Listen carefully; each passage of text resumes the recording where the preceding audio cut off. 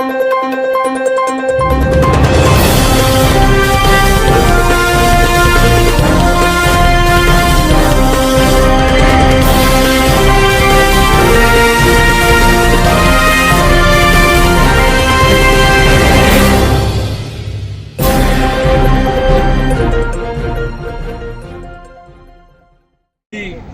కార్యక్రమానికి విచ్చేసినటువంటి వైఎస్ఆర్ కాంగ్రెస్ పార్టీ కుటుంబ సభ్యులందరికీ పేరు పేరున నా హృదయపూర్వక నమస్కారాలు తెలియజేస్తున్నాను. ఈరోజు దివంగత నేతను మనం గమనిస్తే ఉమ్మడి ఆంధ్రప్రదేశ్లో ప్రతి ఒక్కరూ రాజశేఖర్ రెడ్డి గారి ప్రవేశపెట్టినటువంటి సంక్షేమ పథకాలను పెద్ద ఎత్తున విద్యార్థులైతేనేమి, నిరుద్యోగులైతేనేమి, రైతాంగం అయితేనేమి ఆనాడు ఉచిత విద్యుత్తు ఇవ్వడం ఒక ఎత్తు అయితే, స్కూల్ పిల్లలకు చదువుకునే పిల్లలకు ఫీజు రియంబర్స్మెంట్ ద్వారా, అదేవిధంగా వైద్యానికి సంబంధించి 108ను ప్రవేశపెట్టి ఉచిత వైద్యాన్ని ప్రవేశపెట్టి కార్పొరేట్ వైద్యాన్ని అందించినటువంటి మహానుభావుడు రాజశేఖర రెడ్డి గారని చెప్పి మనం ఆయనను స్మరించుకోవాల్సిన అవసరం ఎంతైనా.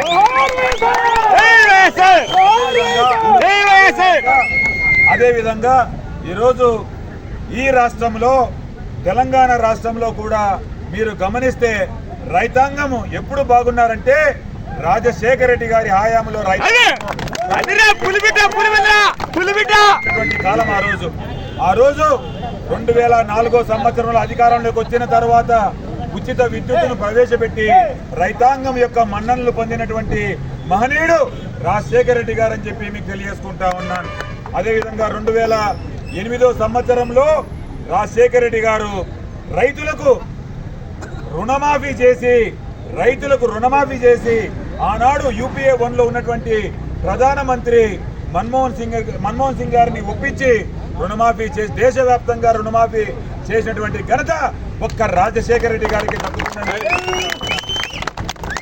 అదేవిధంగా ఈరోజు నల్లమాడ మండలంలో, మన పుట్టపర్తి నియోజకవర్గంలో, ఆంధ్రప్రదేశ్లో పిల్లవాళ్ళు బీటెక్లు చదువుకొని, డాక్టర్లు చదువుకొని ఉన్నతమైన స్థానంలో ఉన్నారంటే ఆనాడు దివంగత నేత రాజశేఖర రెడ్డి గారు ప్రవేశపెట్టినటువంటి ఫీజు రియంబర్స్మెంట్ ద్వారానే ఈరోజు ప్రతి ఇంట్లో సాఫ్ట్వేర్ ఇంజనీర్లు, అదేవిధంగా డాక్టర్లు, అదేవిధంగా మంచి లాయర్లు, మంచి ఆడిటర్లు చదువుకున్నారంటే అది ఒక్క రాజశేఖర రెడ్డి గారి ఆయన బుర్రలోకి వచ్చినటువంటి ఒక మంచి ఆలోచన.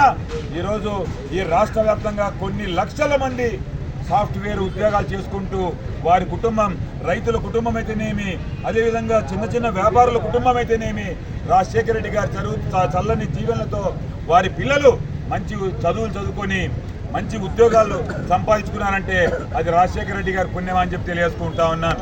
ఈరోజు ఇంకొక మాట చెప్పదలుచుకున్నాను. ఈరోజు హైదరాబాద్ మహానగరంలో ఎన్నో మంచి పనులు చేసి, ఎయిర్పోర్ట్ అయితేనేమి, మొత్తం రింగ్ రోడ్ అయితేనేమి, అదేవిధంగా హైటెక్ సిటీలో ఉన్నటువంటి అనేకమైన ఐటీ సదుపాయాలు అయితేనేమి అది ఒక్క రాజశేఖర రెడ్డి గారి చలువతో ఏర్పడినట్టు అని చెప్పి తెలియజేసుకుంటా ఉన్నాను.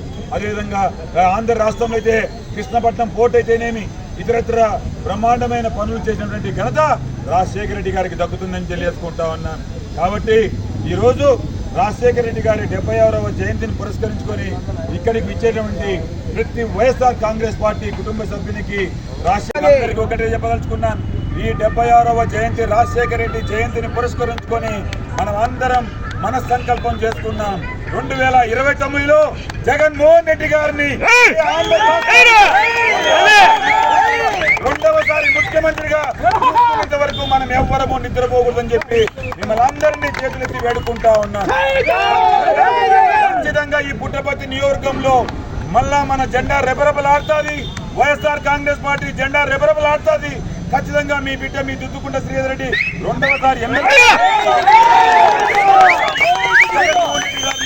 రెండవసారి ముఖ్యమంత్రిగా చూసుకునేంత వరకు మనం అందరం కలిసికట్టుగా చేయి కలిపి నడుం బిగించి ముందుకు నడవాలని చెప్పి మిమ్మల్ని అందరినీ చేతులెత్తి వేడుకుంటా ఉన్నాను.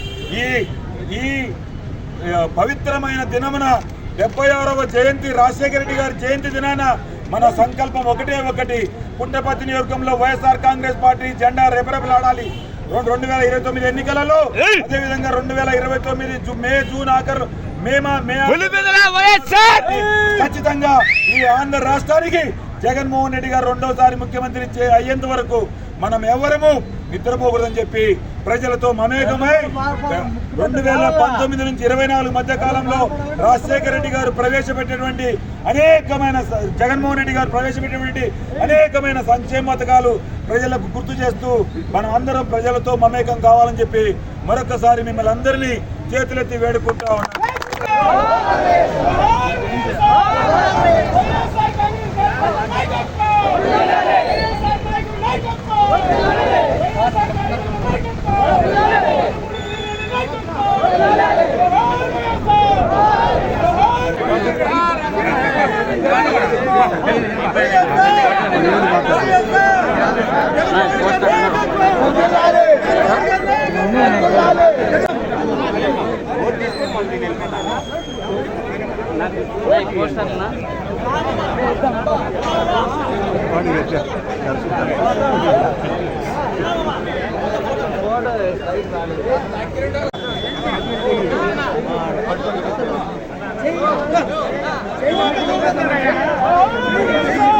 Hey!